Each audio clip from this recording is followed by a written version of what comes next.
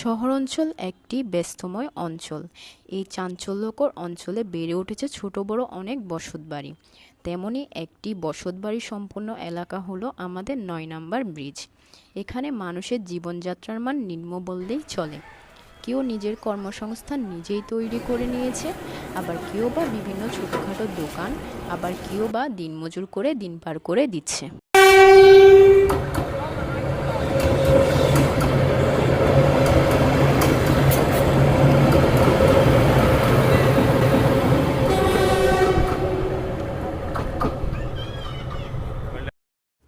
অন্যান্য নিম্ন অঞ্চলের মানুষের মতো ৯ নম্বর ব্রিজের মানুষদেরকেও নানা সময় নানা ধরনের সমস্যার সম্মুখীন হতে হয়, যার মধ্যে একটি খুব বড় ধরনের সমস্যা হলো ময়লার সমস্যা। আমাদের এখানে ময়লা পানির কোনো ব্যবস্থা নেই, আমরা সব নালাত পালাই। আমাদের বাচ্চারা অসুখ হয়, আমাদেরও অসুখ হয়। আর মেঘ বৃষ্টি আসলে আমাদের বাসায় পানি ঢুকে, এই ময়লা নিয়ে আমাদের চলতে হয়, থাকতে হয়। কিন্তু অসুখ তো থাকতে না, অসুখ পাতলায় পায়খানা হচ্ছে, বাচ্চাদের নিজেরও অসুস্থ হচ্ছে। এই জন্য আমরা একটা ব্যবস্থা চাই, এটা একটা ব্যবস্থা করে দেন।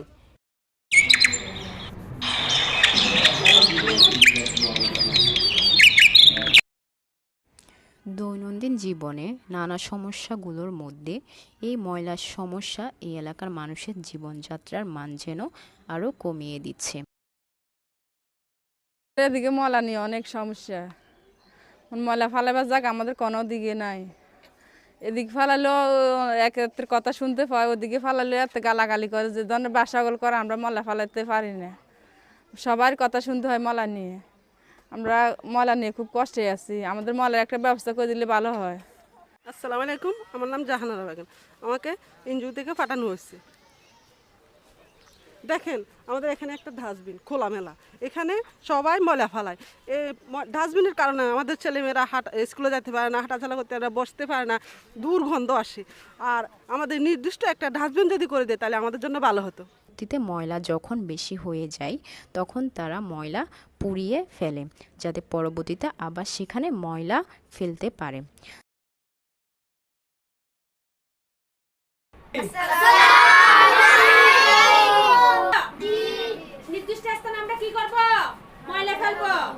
আসসালামু আলাইকুম, আমি খুলশী ৯ নম্বর ব্রিজের একজন বাসিন্দা। আমি রেললাইনের পাশে বসবাস করি। এই যে এখানে দেখতে পাচ্ছেন যে ময়লা অনেক জমাট হয়ে গেছে। এখানে জোন 1 থেকে তারা যে ময়লাগুলো ফেলে সেগুলো এখানে এসে জমাটবদ্ধ হয়, যার কারণে এখানে পানি যাতায়াত করতে পারে না। ময়লাগুলো এখানে এসে জমে থাকে, পরিবেশ অনেক দূষিত হয়, দুর্গন্ধ ছড়ায়। তারপরে মানুষ যে মুরগি, হাঁস মুরগি পালন করে, এগুলো এখানকার পানি খেয়ে এগুলা বিভিন্ন রোগে আক্রান্ত হয় এবং মানুষও এর গন্ধ থেকে বিভিন্ন রোগ সৃষ্টি হয়। মানুষ অনেক সমস্যায় ভুগে। আশেপাশে মানুষ রান্না করতে কষ্ট হয় দুর্গন্ধের কারণে। আবার দেখা যায় যে বৃষ্টির সময় এই নালার ময়লা পানিগুলো মানুষের বাসায় ঢুকে যায়, তো যার কারণে মানুষের অনেক ক্ষয়ক্ষতি হয়, মানুষের ঘর নোংরা হয়। তো নির্দিষ্ট একটা ময়লা ফেলার স্থান দরকার। নির্দিষ্ট একটা ময়লা ফেলার স্থান থাকলে মানুষ এখানে ময়লা ফেলবে না। তো আমাদের উচিত নির্দিষ্ট একটা ময়লা ফেলার অবস্থান তৈরি করা, এবং কিভাবে করলে মানে নালার ময়লা পানিগুলো যাতে মানুষের বাসায় না উঠে ওরকম একটা ব্যবস্থা তৈরি করা। আসসালামু আলাইকুম, আমার নাম হচ্ছে নুসরাত জাহান ঐশী। এই দেখেন, এটা হচ্ছে বড় ড্রেন, এটার মধ্যে নালার পানি এবং ময়লা এসে জমাট হয়। পুরো এলাকার নালার পানির সাথে ময়লা আবর্জনা এসে জমা হয় এই বড় ড্রেনে, ফলে দুর্গন্ধ ছড়ায়।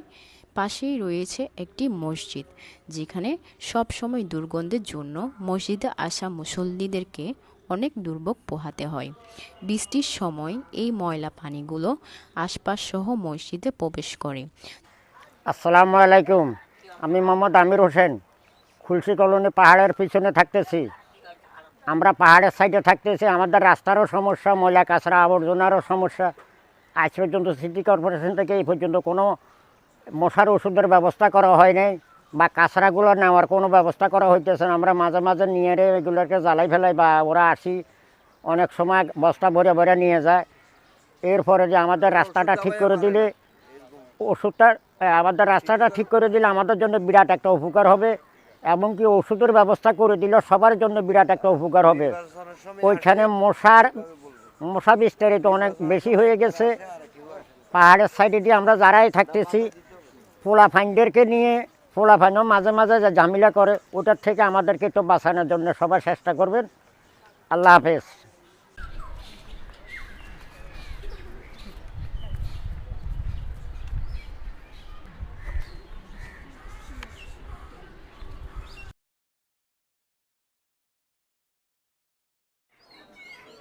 আসসালামু আলাইকুম, আমার নাম মোহাম্মদ কামাল হোসেন, কুলসি রেললাইন নং ব্রিজ সমবায় সমিতির ও বস্তিবাসী এলাকার সাধারণ সম্পাদক। দীর্ঘদিন ধরে আমরা এই এলাকায় বসবাস করে আসিতেছি এবং এই শত শত মানুষের গরিবাধ অসহায় মানুষের পাশে আমরা সবসময় কাজকর্ম করে আসতেছি এবং বিভিন্ন এনজিওর মাধ্যমে আমরা এলাকার সার্বিক উন্নয়ন করতেছি। যেমন আপনার মনে করেন বর্ষাকাল আসলে আমাদের এই নালার মধ্যে যে পানির জঞ্জট হয়, ওই পানির জঞ্জটের কারণে প্রতি ঘরে ঘরে মানুষের ঘরে পানি ঢুকে। তাই যদি এনজিওর মাধ্যমে আমরা প্রতি ঘরে ঘরে একটা একটি করে পলিথিন ময়লা পরিষ্কারের জন্য একটা পলিথিন দেওয়া হয়, তাহলে আমরা এক সপ্তাহ পর পর যদি ময়লাগুলো পরিষ্কার করি তাহলে আমাদের নালাগুলো জাম বা এবং কাঁচরা আটকাবে না। তাই এখানে কেউর ঘরে পানি হবে না এবং সুন্দরভাবে পানির মতো পানি চলে যেতে পারবে। আমরা যদি এখানে আমাদের প্রতি ঘরে ময়লার জন্য এখানে এই ময়লা নেওয়ার জন্য রাস্তায় কোনো রাস্তা নাই এবং কোনো গাড়ি আসার জন্য কোনো ব্যবস্থা নাই। যদি পলিথিন দেওয়া হয় তাহলে প্রতি ঘরে ঘরেতে সপ্তাহখানিকের মধ্যে পলিথিনের মাধ্যমে যে ময়লাগুলো নিয়ে যাবে, আমার নালাগুলো জামজট হবে না। তাই ধন্যবাদ সবাইকে। ৯ নংয়ের এক পাশেই রয়েছে পাহাড়, যা কালের বিবর্তনের ফলে ঘন বসতিতে পরিণত হয়েছে। হ্যালো, আসসালামু আলাইকুম। আমার নাম পারভিন, আমি পাহাড়ের উপরে একজন সদস্য। ঠিক আছে, আমাদের এখানে ময়লা নিয়ে আমাদের আশেপাশে ময়লা, আমাদের কোনো ময়লা ফেলাবার জন্য কোনো জায়গা টাকা দেয় নেই। তো এখানে আমরা বাসার সামনে ময়লা ফেলি। ঠিক আছে, আমাদেরকে যদি একটা সুবিধা করে দেয় ময়লার জন্য, মানে একটা কেন্দ্র যদি কোনো একটা সুবিধা করে দেয়, এটা আমাদের জন্য ভালো হয়। আর আমাদের বাচ্চা কাচ্চা খেলে এগুলো নিয়ে অসুখ বিসুখ আমরা বুঝতে পারি না, আমাদের নিজের অসুখ বিসুখ হয়। আপনারা যদি একটু সাহায্য করে আমাদেরকে, নিচের মানুষ উপরে উঠতে পারে না, উপরের মানুষও নিচে যাইতে পারে না, যদি কাঁচরা নিয়ে যাওয়ার জন্য একটা ব্যবস্থা করে দেন আমাদের জন্য খুব ভালো হয়।